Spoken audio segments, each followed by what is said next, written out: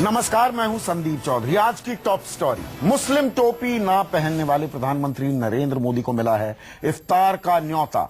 RSS के संरक्षण में चलने वाली मुस्लिम राष्ट्रीय मंच ने पार्लियामेंट एनेक्स में आज रोजा इफ्तार का आयोजन किया है। देश विदेश से मेहमानों को इस इफ्तार में बुलाया गया है, तो प्रधानमंत्री मोदी को भी इस इफ्तार की दावत का न्योता भेजा गया है। लेकिन जिस तरह से प्रधानमंत्री मोदी ने सत्ता में आने के बाद प्रधानमंत्री की तरफ से दी जाने वाली इफ्तार की परंपरा तोड़ी है और प्रधानमंत्री और बीजेपी की छवि जो मुस्लिम विरोधी बन रही है, उसमें आज सबसे बड़ा सवाल यह उठ रहा है कि आरएसएस की इफ्तार के पीछे मकसद क्या है। क्या आरएसएस की इफ्तार की दावत में शामिल होंगे मोदी? और इफ्तार में शिरकत करने से क्यों है मोदी को परहेज? थोड़े अलग अलग जुदा जुदा कुछ सवाल हैं, लेकिन बड़ी तस्वीर ये साथ साथ पूछे जाएंगे। अपने पैनलिस्ट से जब मैं जवाब मांगूंगा तो बड़ी तस्वीर, पूरी तस्वीर आपके सामने पेश होगी। वो चर्चा में शुरू करने वाला हूं। पहले नजर इस रिपोर्ट पर। नरेंद्र मोदी की ये तस्वीरें करीब 4 साल पहले की हैं, जब नरेंद्र मोदी ने सद्भावना उपवास के दौरान एक इमाम की तरफ से दी गई गोल टोपी पहनने से मना कर दिया था। नरेंद्र मोदी के मुस्लिम टोपी ना पहनने पर सियासत हुई, आरोप प्रत्यारोप लगे, नरेंद्र मोदी को मुस्लिम विरोधी बताया गया। लेकिन अब जब मोदी देश के प्रधानमंत्री बन चुके हैं, तो सबसे बड़े मुस्लिम मंच ने पीएम को इफ्तार पार्टी का न्योता भेजा है। भले ही पीएम मोदी ने सांसदों और विपक्षी पार्टियों को लगातार दूसरी बार इफ्तार पार्टी ना देकर परंपरा तोड़ी हो, लेकिन संघ के संरक्षण में चलने वाले मुस्लिम राष्ट्रीय मंच ने इफ्तार पार्टी का आयोजन किया है। पार्लियामेंट एनेक्सी में रोजा इफ्तार पार्टी का आयोजन किया गया है। प्रधानमंत्री बनने के बाद उन्होंने कभी किसी इफ्तार पार्टी में शामिल नहीं हुई, पिछला इफ्तार भी नहीं किया था। इसके पीछे वजह क्या हो सकती है कि वो इफ्तार में शामिल नहीं होते? देखिए, आप सवाल पूछते रहिए, विरोधी भी सवाल पूछते रहेंगे। पिछले साल पीएम मोदी रोजा इफ्तार पार्टी से दूर रहे थे। मोदी के इस रुख से बड़ा मुस्लिम तबका नाराज था। लेकिन इस बार रमजान के पहले ही दिन मोदी ने सोशल साइट्स के जरिए रमजान की मुबारकबाद दी, लेकिन इफ्तार पार्टी से किनारा कर लिया। मुबारकबाद के बाद अब सभी की निगाहें इस तरफ हैं कि क्या नरेंद्र मोदी इफ्तार पार्टी में शिरकत करेंगे। दिखावा है और लेकिन इस झांसे में कोई आने वाला नहीं है। लोग समझते हैं, उनके बारे में जो जनरल परसेप्शन है बीजेपी के बारे में मुसलमानों के अंदर, वो ये है कि ये दुआ जीने की करते हैं और दवा मरने की देते हैं। और हम ये समझते हैं कि उसको एक पॉजिटिव एंगल से लिया जाना चाहिए। भले ही बीजेपी या फिर पीएम मोदी की तरफ से इफ्तार का आयोजन नहीं किया गया हो, लेकिन आरएसएस के मुस्लिम मंच का बड़े पैमाने पर दावत इफ्तार का आयोजन पार्लियामेंट एनेक्सी में करना बड़ा सवाल खड़ा करता है। सवाल उठ रहे हैं कि जब मोदी सभी धर्मों को साथ लेने की बात करते हैं, तो आखिर उन्हें सिर्फ इफ्तार पार्टी में ही जाने से क्यों परहेज है? Bureau report, news 24। और चर्चा में मेरे साथ जुड़ रहे हैं बीजेपी के राम कदम, मुंबई में बैठे हैं, और स्टूडियो में मेरे साथ हैं कांग्रेस के आलोक शर्मा, विश्व हिंदू परिषद के विनोद बंसल और मौलाना अंसार रजा। विनोद बंसल, शुरुआत में आपसे करूंगा। आज आरएसएस इफ्तार की दावत का आयोजन कर रहा है, क्यों? नहीं, अगर कोई दावत का आयोजन में कोई बुराई तो है नहीं। पहले तो नहीं होता था। नहीं, पहले नहीं होता, मुझे नहीं पता इस बारे में। देखिए, अगर कोई किसी दावत का, देखिए, भूखों को खाली खाना खिलाना और प्यासे को पानी पिलाना या कोई धार्मिक आयोजन करना इस देश की संस्कृति का हिस्सा है। इसमें 68वें साल में याद आया? नहीं, 67 साल नहीं याद आया। वो देखो, जब याद आया तब आया, जिसको आया उसको आया। मैं हृदय परिवर्तन क्यों? नहीं संदीप जी, मैं उस विषय में नहीं जाना चाहता। क्यों नहीं जाना चाहते? देखिए, जहां तक राष्ट्रीय स्वयंसेवक संघ का सवाल है, तो ये प्रश्न जिस ऑर्गेनाइजेशन, प्रेरणा स्रोत तो संघ है ना। क्या आप स्वयं सेवक नहीं है? क्या आप इनकार करें? मेरी बात तो सुनिए, मैं बिल्कुल स्वयंसेवक हूँ। हाँ। राष्ट्रीय स्वयंसेवक संघ मेरा प्रेरणा स्रोत है, निश्चित रूप से। लेकिन अगर कोई किसी कार्यक्रम का आयोजन करना, हर एक संगठन की अपनी परिपाटी होती है। वो संगठन वो कर रहा है। 2015 में याद क्यों आ रहा है? सवाल ये है। प्रश्न वो ज्यादा महत्वपूर्ण नहीं, महत्वपूर्ण ये है कि आखिरकार वो आयोजन जो है कौन कर रहा है? कौन कर रहा है? क्या सरकार कर रही है? कहाँ कर रही है? ये आरएसएस के संरक्षण में हो रहा है। नहीं, राष्ट्रीय स्वयंसेवक संघ, मुस्लिम राष्ट्रीय मंच। नहीं, मुस्लिम राष्ट्रीय मंच कर रहा है तो उसमें बड़ी थोड़ी इंद्रेश जुड़े हुए हैं। इसमें क्या दिक्कत है? तो अगर मान लो, देखिए, मैं मतलब वही तो पूछ रहा हूँ। नहीं, मैं जानना चाह रहा हूँ, मेरी उत्सुकता है, जिज्ञासा है साल 2015 में ही आरएसएस ने इस इफ्तार का आयोजन क्यों किया पार्लियामेंट एनेक्स में?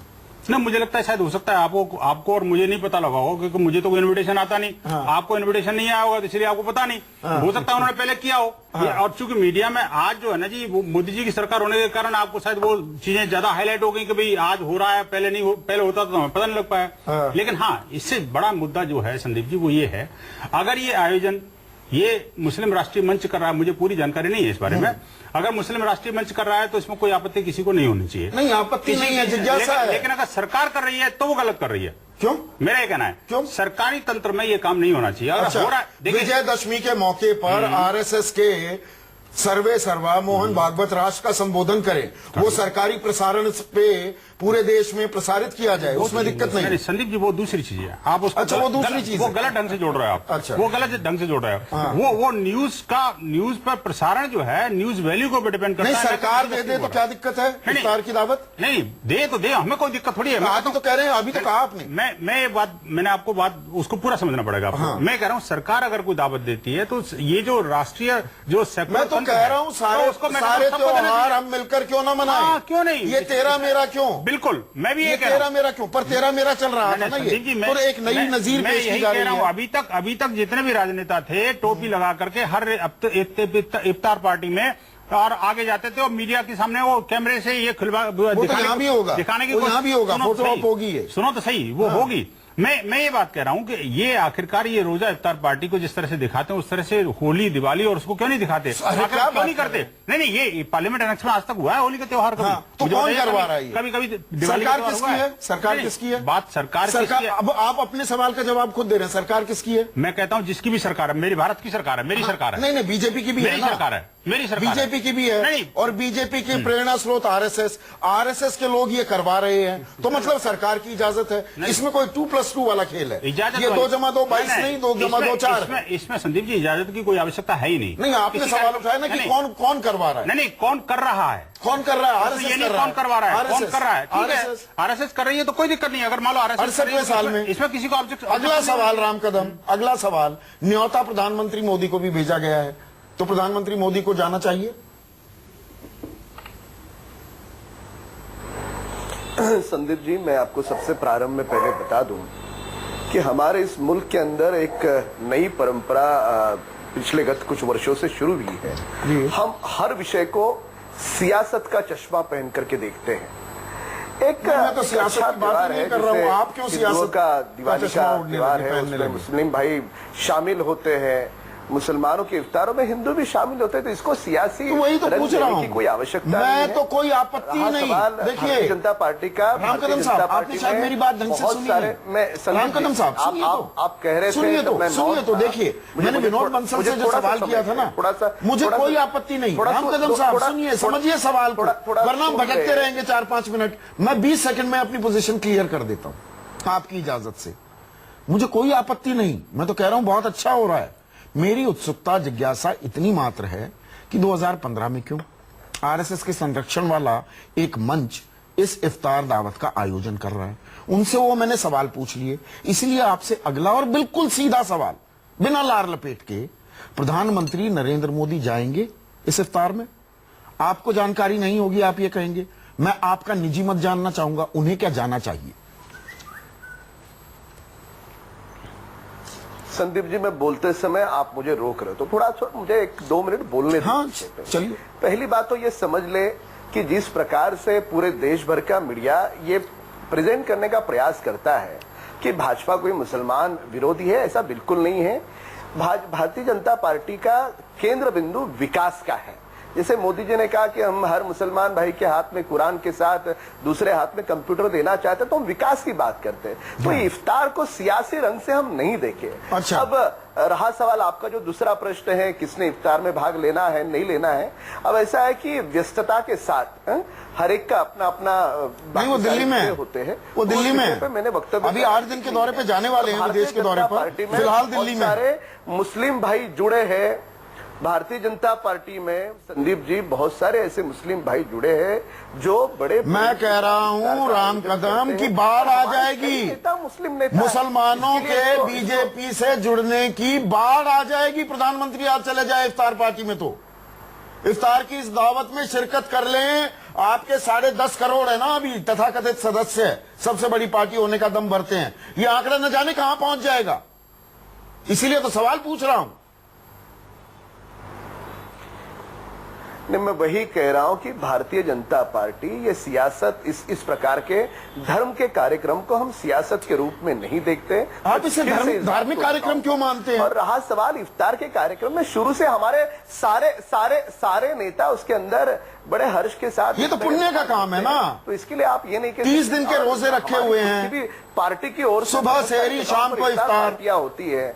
जैसे आपने मध्य प्रदेश के हमारे शिवराज सिंह, आपकी आवाज संदीप जी बीच बीच में कट करके आ रही है। अच्छा बताइए आप बोलिए। मैं वही कह रहा हूं, हमारे बहुत सारे वरिष्ठ नेता, हमारे केंद्रीय नेतृत्व के बहुत सारे वरिष्ठ नेता अपने अपने समय की व्यस्तता के अनुसार इस प्रकार के इफ्तार में भाग लेते हैं। बहुत सारे इस राष्ट्र को प्रेम करने वाले मुस्लिम भाई हमारे संगठन के साथ जुड़े हैं। इसके लिए मीडिया जो बार बार दिखाती है कि मुसलमान हमसे दूर है, इस प्रकार का कोई नहीं है। धीरे-धीरे सारे लोग जुड़ रहे हैं। इफ्तार में मैं स्वयं भाजपा का नेता हूं, बताइए, मैं टोटली कंफ्यूज हो गया हूं। बातें दोनों ठीक कह रहे हैं, राम कदम भी और विनोद बंसल भी। आपत्ति मुझे कोई है नहीं। जिज्ञासा है कि आरएसएस के संरक्षण वाला एक मंच इफ्तार की दावत कर रहा है, न्योता भेज रहा है प्रधानमंत्री को।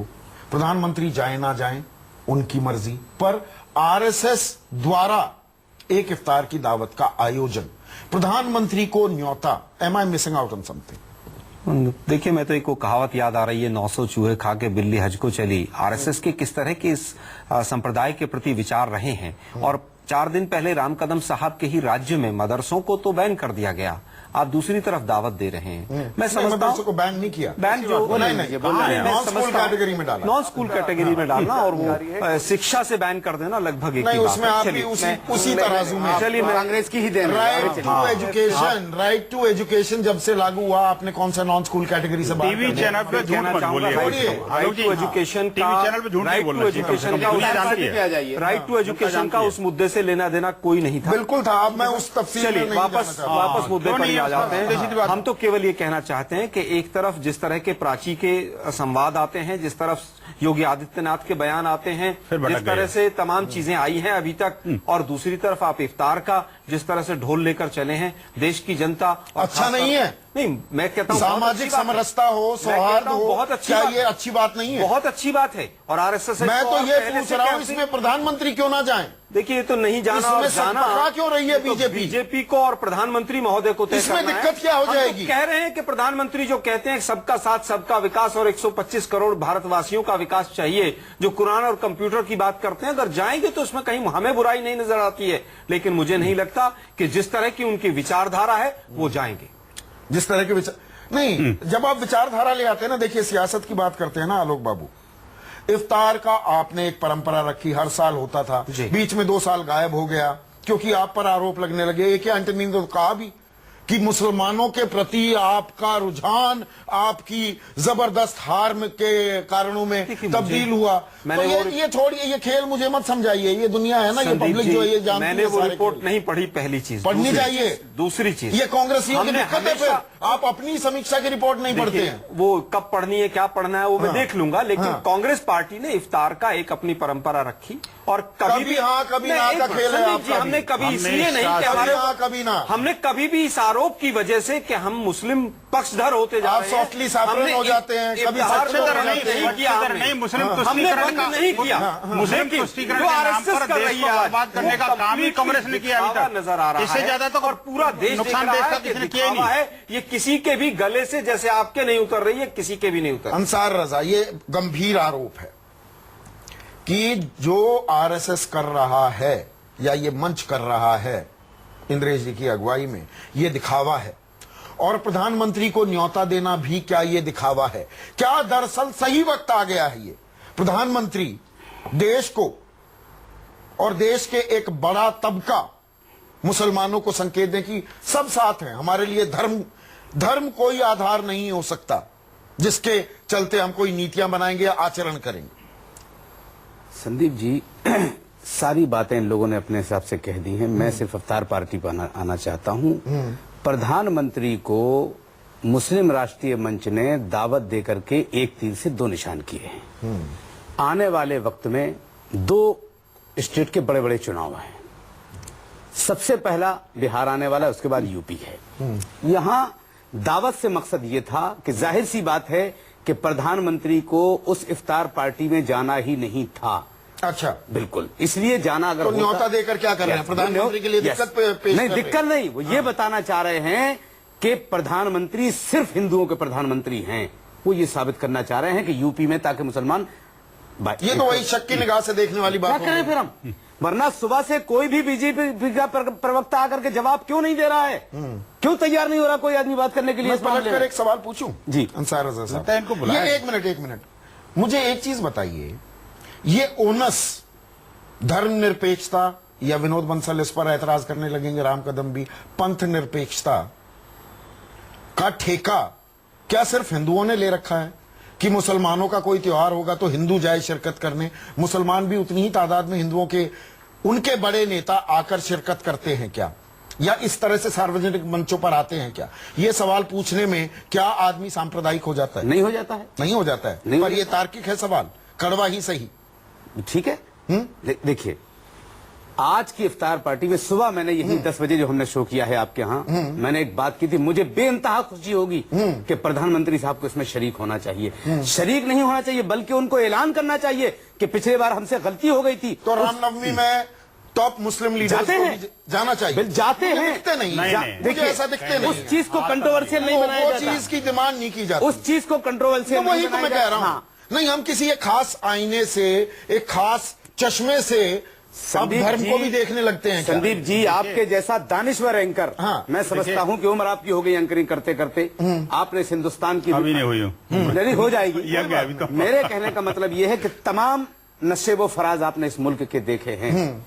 हमारे यहाँ हम एक जिम्मेदारी के साथ बोलते हैं कि हमारे यहाँ कभी गीता की बेहुरमती नहीं की जाती है, कि हमारे यहाँ कभी गीता की बेहुरमती नहीं की जाती है, कभी किसी मंदिर की बेहुरमती नहीं की जाती है। हमारे लोग मंदिर की तरफ से अगर गुजरते, आप मेरा मर्म समझ गए, घुमाइए मत जो मेरा सवाल घुमा नहीं रहा सीधा था। हूं। मेरे अर्ज करने का मकसद ये है कि प्रधानमंत्री साहब ने पिछले साल जो किया था, इस मर्तबा मैंने सुबह ये कहा था कि पूरा हिंदुस्तान का मुसलमान एक आवाज पर खड़े होने के लिए तैयार है, लेकिन इंद्रदेश जैसे लोग जब अगुवाई करेंगे तो कोई भी मुसलमान आरएसएस से नहीं जोड़ेगा। क्यों? उनका देखिए, फिर आपको इनका पिछला रिकॉर्ड उठा करके देखना पड़ेगा इंद्रदेश का, इंद्रेश का, हाँ, इंद्रेश का आपको इनका पिछला रिकॉर्ड उठा करके देखना पड़ेगा। क्या रिकॉर्ड नहीं, पूरी दुनिया जानती है। नहीं बताइए, मैं नहीं जानता कि इनको जो है कहां से उठा करके आए हैं, कैसे आए हैं, नहीं जानता, बताइए जेल में रहे हैं, क्या इल्जाम इनको कौन से इल्जाम? जेल में पहुंचा दिया आपने? क्या बात कर रहे हैं? जेल में बात कर, क्यों?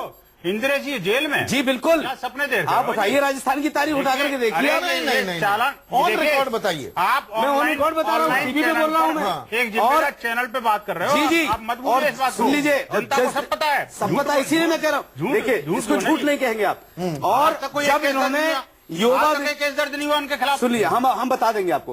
और जब इन्होंने अभी बताओ, आप जब इन्होंने आरोप क्यों लगा रहे हो? सुन लीजिए, जब आरोप क्यों लगाइए इसमें? जब इन्होंने जिम्मेदार कार्यक्रम योगा सामाजिक कार्यकर्ता के नाते इसकी बुनियाद रखी थी, मैं खुद उस बुनियाद में गया था जब मुस्लिम राष्ट्रीय मंच की बुनियाद रखी गई थी, लेकिन मैं सिर्फ इसलिए वापस आ गया था कि हमने इंद्रदेश जी को वहां देख लिया था। हमारे और संगठन के लोग थे उसमें, इसलिए आपको नहीं बुलाया, लगता है इनको बुलाया। बात बुलाने की नहीं है। देखिए, जितने लोग वहां गए हैं उनकी हैसियत मुल्क में कितनी है उन्हें खुद मालूम है, जिनको उन्होंने बुलाया। मैं बता रहा हूँ, देखिए यहाँ बनते नहीं, यहाँ ये हो रहा है कि योगा के वक्त यही इंद्रदेश कुमार का मंच एक किताब निकालता है इस्लाम और योगा, उसमें ऐसे आदमी का नाम डाला जाता है जिसके मतलब रूह को खबर नहीं है, जिसके फरिश्तों को खबर नहीं है, आपने नाम डाल दिया उसका, वो यूरोप से लेटर भेज करके खंडन कर रहा है कि साहब हमारा तो लेना देना नहीं उस किताब से। ऐसे लोग इसमें शामिल हैं। आप पहले ये देख लीजिए कि इनकी मुल्क में पोजीशन क्या है। मतलब आपका इंटरेस्टिंग टेक है अंसार रजा, टेक आपका ये है कि आरएसएस के संरक्षण में ये इफ्तार की दावत दी जा रही है। बिल्कुल, उनका निशाना कहीं ना कहीं बिहार और उत्तर प्रदेश, मैं बल्कि पश्चिम बंगाल भी जोड़ दूं, उत्तर प्रदेश से पहले पश्चिम बंगाल आ जाएगा। नहीं आएगा, और वहां पर वो थोड़े गदगद हैं कि हमारे फुटप्रिंट्स लगातार बढ़ते जा रहे हैं। पर कहीं ना कहीं गाहे बगाहे अंतिम गोल ये है कि ये दिखाना कि हिंदू हृदय सम्राट हैं। बिल्कुल, नरेंद्र मोदी, ये दो बातें मुझे अभी पच नहीं रही, ये आपस में ना थोड़े से डिसजॉइंटेड लग रहा है। इस तस्वीर को मैं जोड़ने की कोशिश करूंगा।